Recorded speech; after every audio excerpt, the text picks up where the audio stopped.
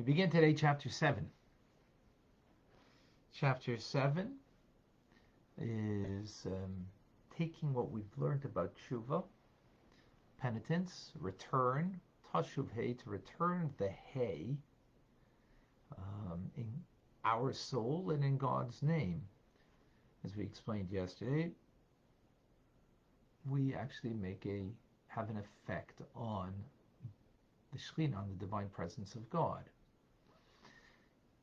We can, through our actions, we can return the hay to its rightful place in God's name, as we explain. The nature, the default of the world today is that the hay in the Tetragrammaton, in the Shem Havaya, is not in its right place. It's in exile. It's been removed from the divine order of things that would flow from the Ein Sof, the limitlessness of God, through the name of God that gives vitality to this world, directly to from holiness to us. That was in the times of the Holy Temple. But now the hay is in exile, meaning the divine presence is in exile. That's the default. But we can then, as we gave the metaphor of the rope,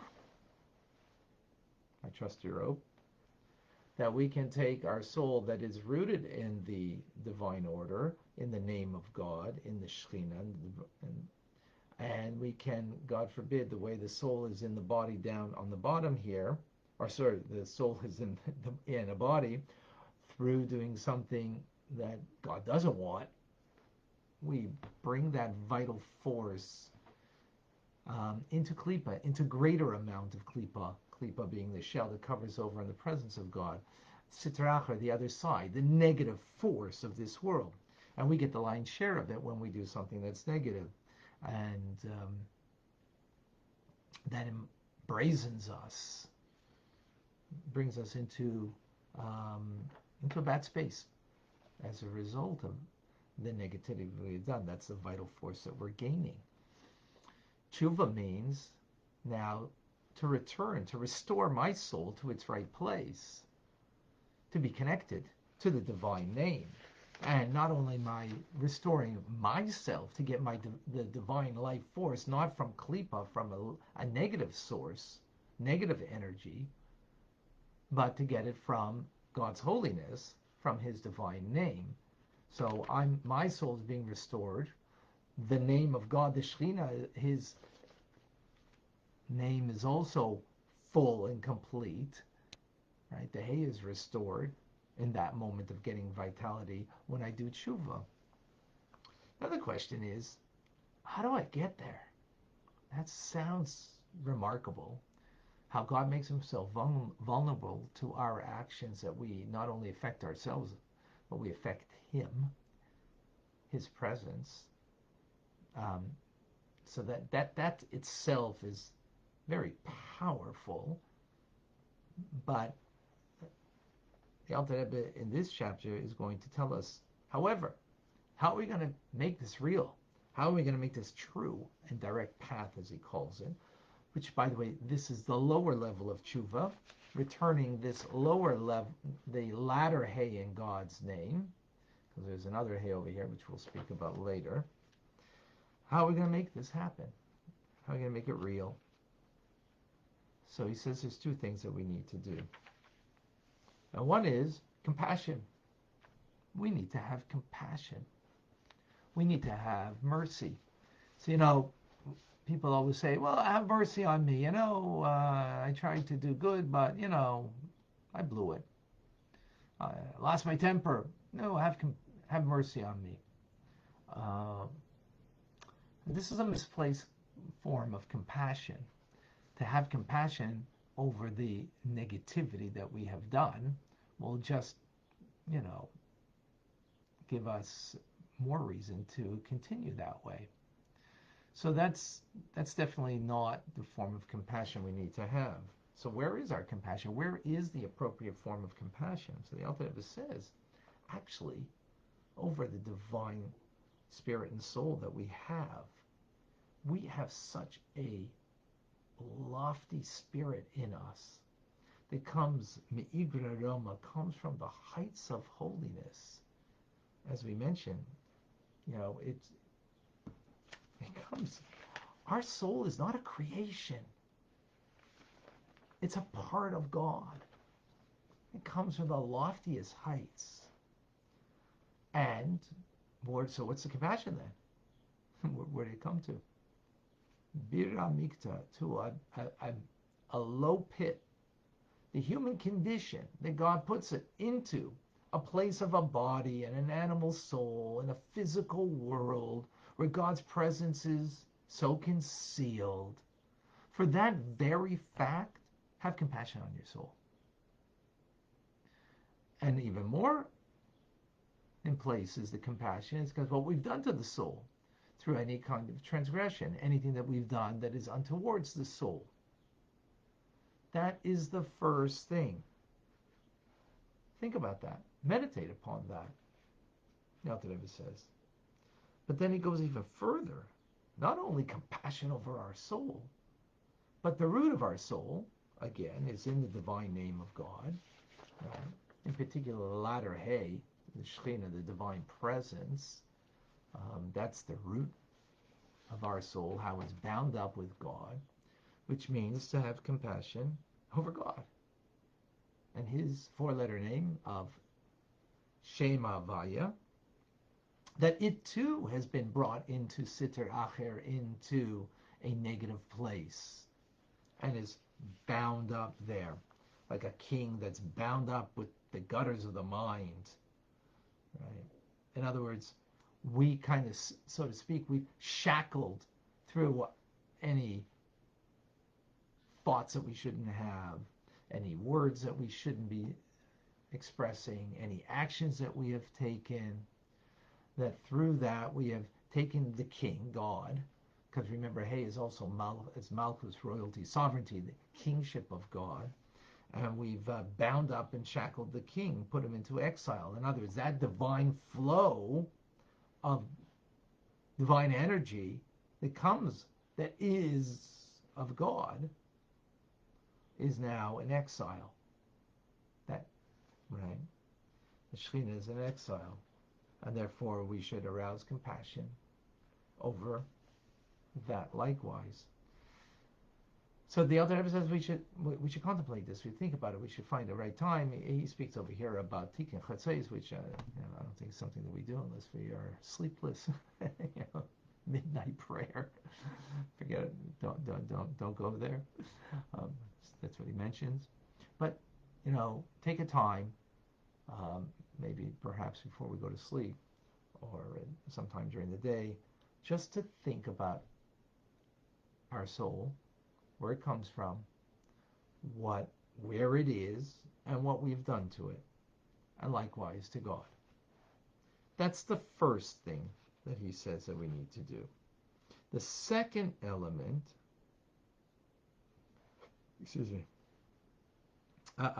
actually before the second element, so he says, by meditating upon this, and each person according to their capacity, their capability of meditating upon this, well, it's going to bother you. And the compassion over here is not meant to, it's meant to touch you in a way that it pains you as a result. It pains you. And of course, that will lead us to the appropriate tshuva. But that's one element.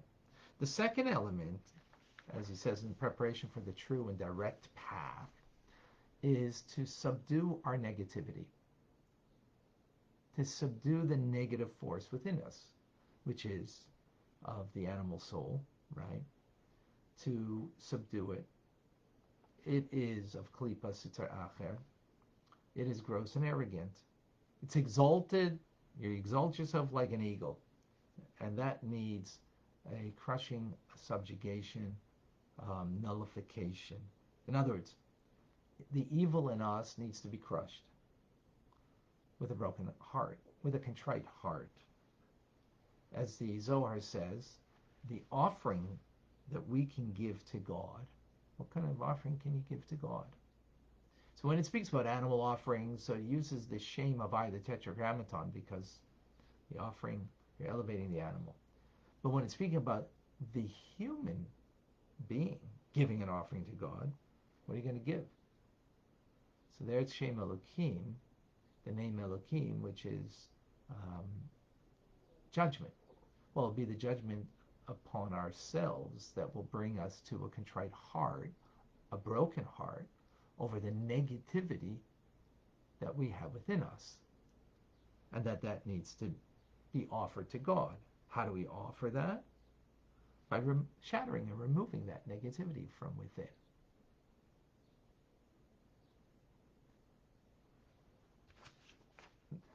That's today's teachings.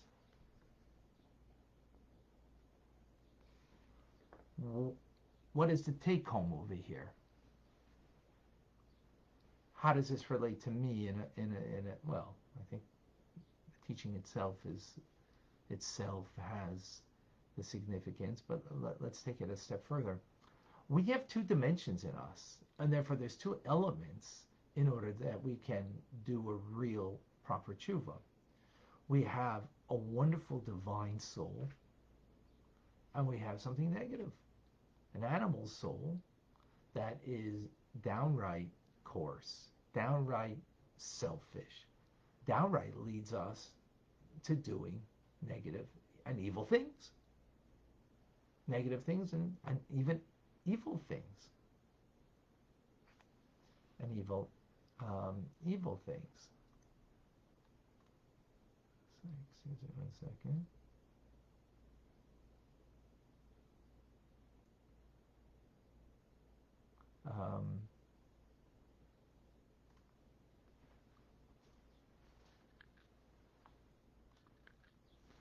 Downright evil things. So we have to recognize we've got a duality within us. If we're righteous, so we've converted and transformed all the negativity within us. We're not righteous in that manner. So we can never just focus in on one thing, the Alter Rebbe says, to do proper tshuva. We need to focus in on two things.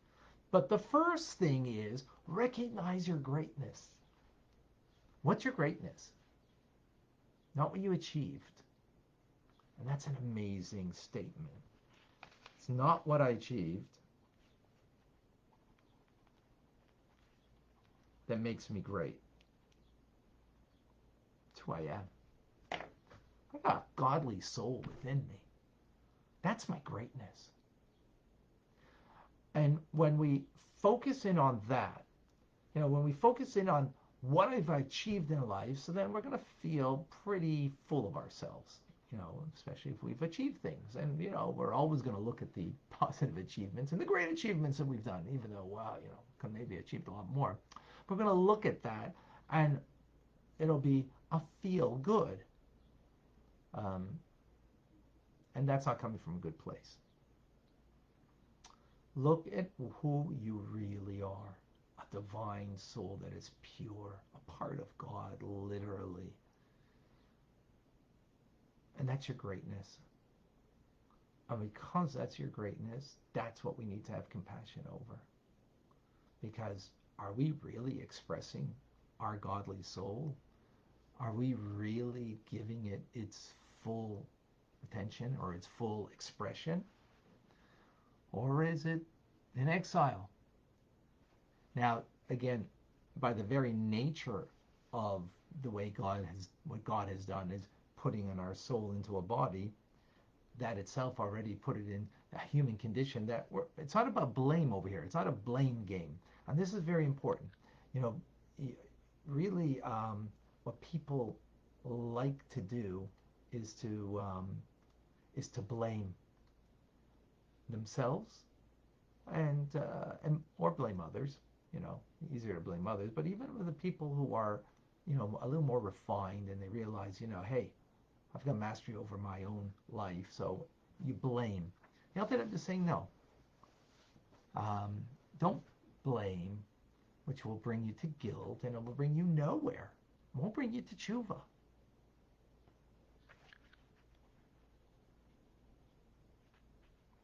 Right? It won't bring you. What will? Recognize your greatness. You've got a lofty soul. Have compassion over it. Look where it is. Look what we've done to it. And for that alone, have compassion. Be grieved over that fact. And that's the beginning point. What's the second? At the same time, recognize. And it's the second thing the Alter Rebbe says, not the first thing.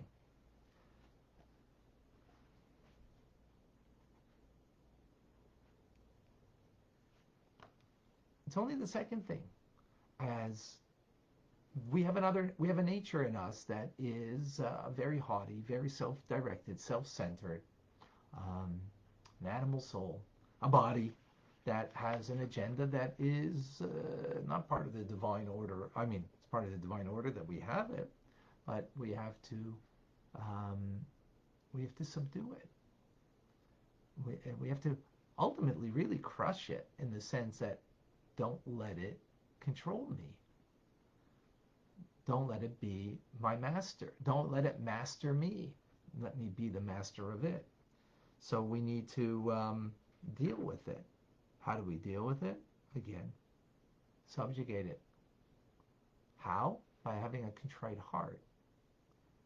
A broken heart. A broken heart will shatter that negativity.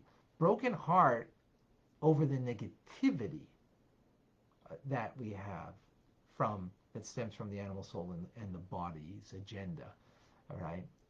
Not that we have a body, but it's not that we have a body, not that we have an animal soul, but its nature is something that needs to be subdued and subjugated and dealt with, right? So it's not like, body is evil. No. It's the nature of it, right? So this is what we need to deal with. Its nature, and we want to break that spirit. So we need to contemplate. Well, actually, we're in the middle of a thought, and tomorrow we'll continue with this idea. We'll continue with this idea.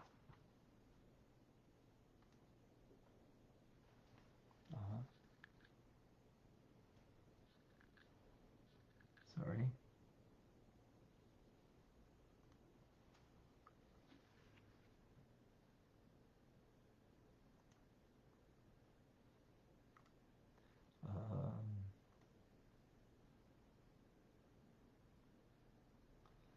All right. That's powerful. That's a real take home that we can live with, should live with. Now let's have conversation. Questions, comments. I know now that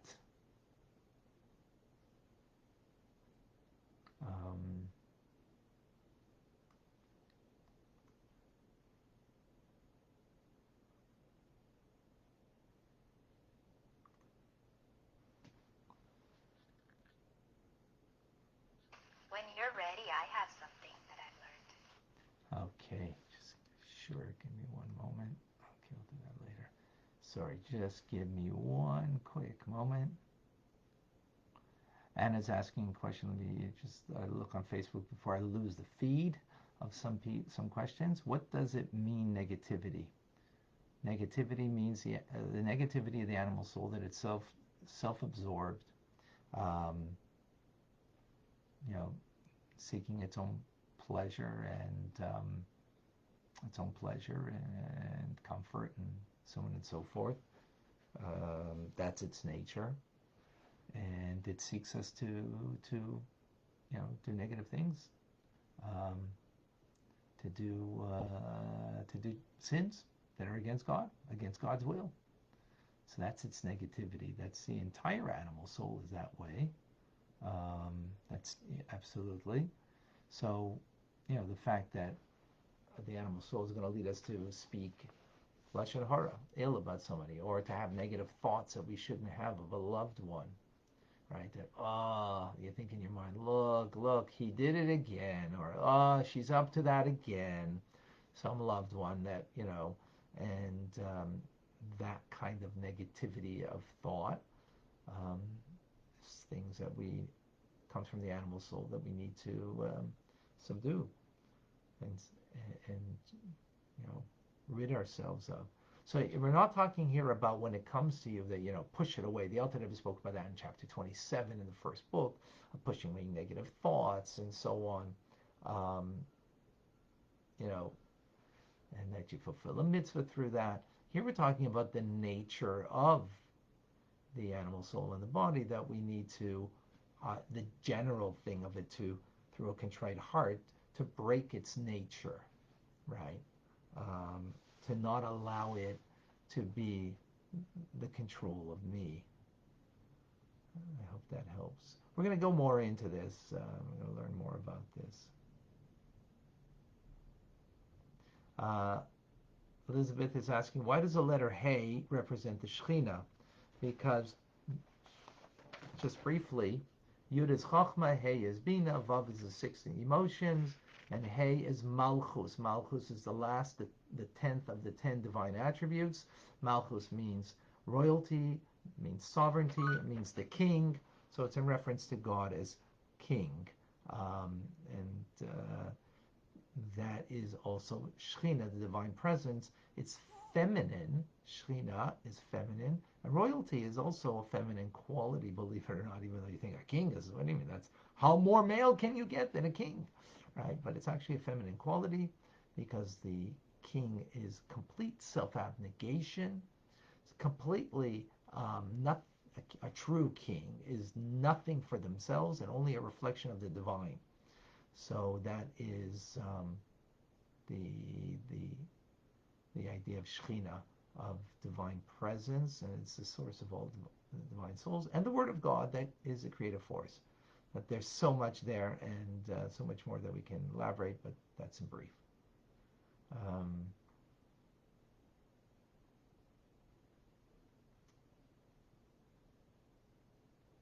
Anna, you don't understand a broken heart. We're going to get into that more tomorrow. Okay? So right now, Vilma and then Marcy, please share. Yes, so I learned that we cannot have compassion over our own negativity. That is, our sins, addictions, negative thoughts, gossips. There's so many examples when we want to overeat, like transgressions, willful transgressions. Our compassion should be over our divine soul that comes from the heights of holiness, that is a part of God. And this holy divine soul was not something that we achieved in this world. It was given to us. It is an energy source. And so we should be really careful about what we connect to, because that evil comes from our animal soul. And we all have a body and an animal soul. It comes from the blood, and the blooders are very strong. So, our animal soul wants what it wants. It's not a bad thing, but it can lead us to do negative and evil things. This animal soul is something that we can master, and you explained that we don't master, evil urges by feeling guilty about it, or God forbid, judging others and making them feel guilty about themselves. That doesn't lead to anything good.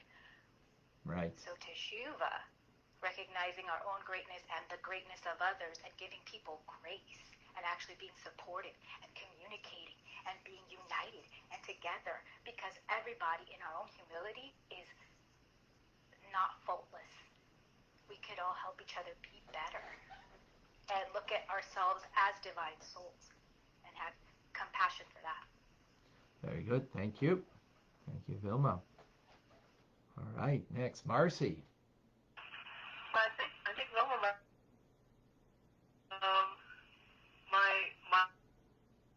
You're breaking up a bit. Sorry, what? You're breaking up. Not clear. Sorry. My wondering was about how do you thread the needle between compassion and severity in that sense? Where do you, like, if severity doesn't bring you to repentance, then what's the purpose in applied severity? But then someone kind of summed it up very nicely. All right, wonderful, great. Yeah, so the balance. It is a balancing act over here when you think about it, right? two kind of extremes. One is like a recognition of the loftiness that we have from within, and by the way, and also I forgot to mention the effect that we have on the divine order of things, on the divine flow of the God's presence in the world, and how we affect that, and we affect Him. So I forgot to mention, I mentioned the teachings, but in the take home, that how powerful that means we are in our effect.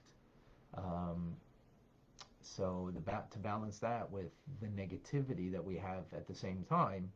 So yeah, it that's all truths come in paradoxes, and this is a real paradox of being able to balance between those two things. And if it's coming from the right place, then we'll be able to do that. Matt is asking, is the animal soul equated to the ego? Ego is definitely a part of it. It's not the only thing of the animal soul. And it's interesting we call it a soul, because it, just like the godly soul is a complete being, the animal soul is also a complete being with intelligence, with emotions. So ego is, so to speak, the maybe a central point of it, but it is not the whole soul. And it's true, both are selfish, and we need to deal with and overcome. Yes, very good. Elizabeth, how do we heal a broken heart? Well, that's the tshuva. The healing is coming. See, this is all preparation in order to do tshuva. This is all in order that the tshuva should be, as the Alter Rebbe says, true and direct. True means that it has a lasting effect. Direct means you get to the root and core of it, and you're able to make real change. So this is all the preparation that will allow us to do proper tshuva. So how are you going to mend that broken heart? Well, the tshuva is going to help him do that. I hope that clarifies it. Any other questions?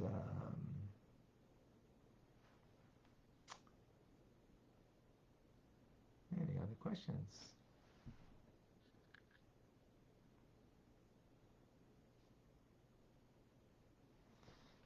Okay, so wow.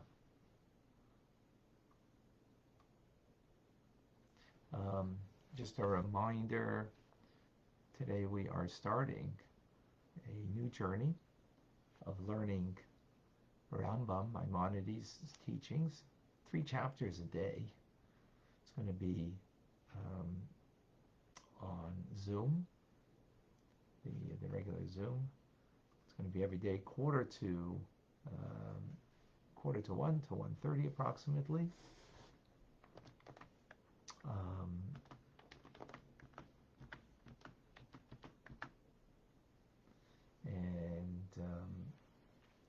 Guess what we're starting with in Rambam today?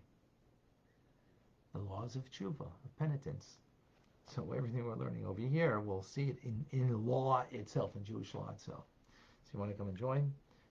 It's going to be quarter to 1 every single day, Mondays through Fridays.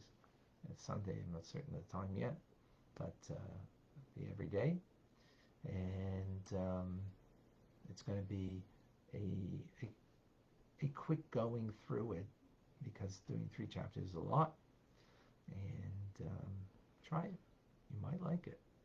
Hopefully you will, very much so. And I'm doing it together with 2 of my sons, who will be helping to teach together with me.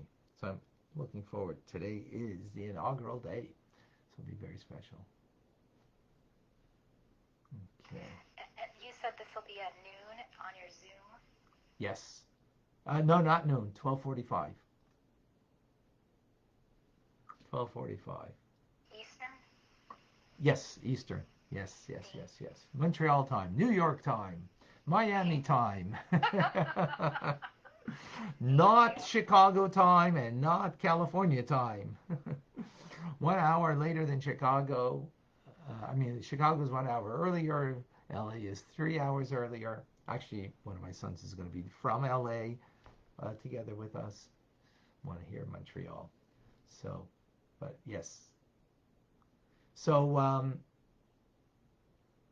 we will continue. We're in the middle of this thought, by the way. So we're not, how do we have this humility? How do we come to this, you know, dealing with the negativity that we have from within?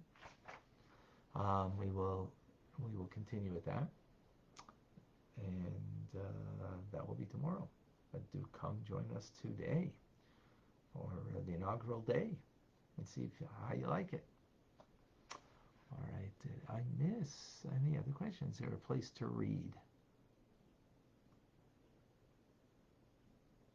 I think I got everything. All right. All right, folks. I'm Rabbi Ronnie Fine coming to you from Chabad Zich and Kadesh in Montreal, Canada, where it's a privilege and a pleasure to share with you the Tanya. Have a wonderful day. Thank you so much for joining.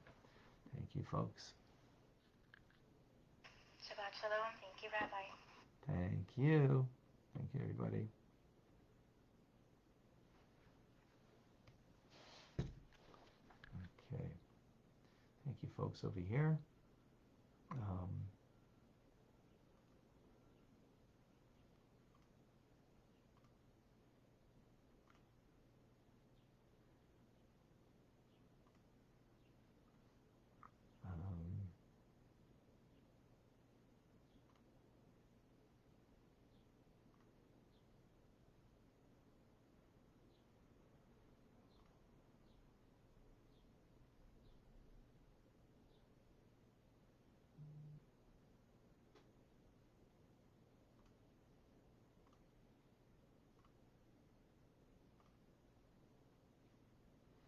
All right, folks. Thank you for joining. We will continue our conversation. We will.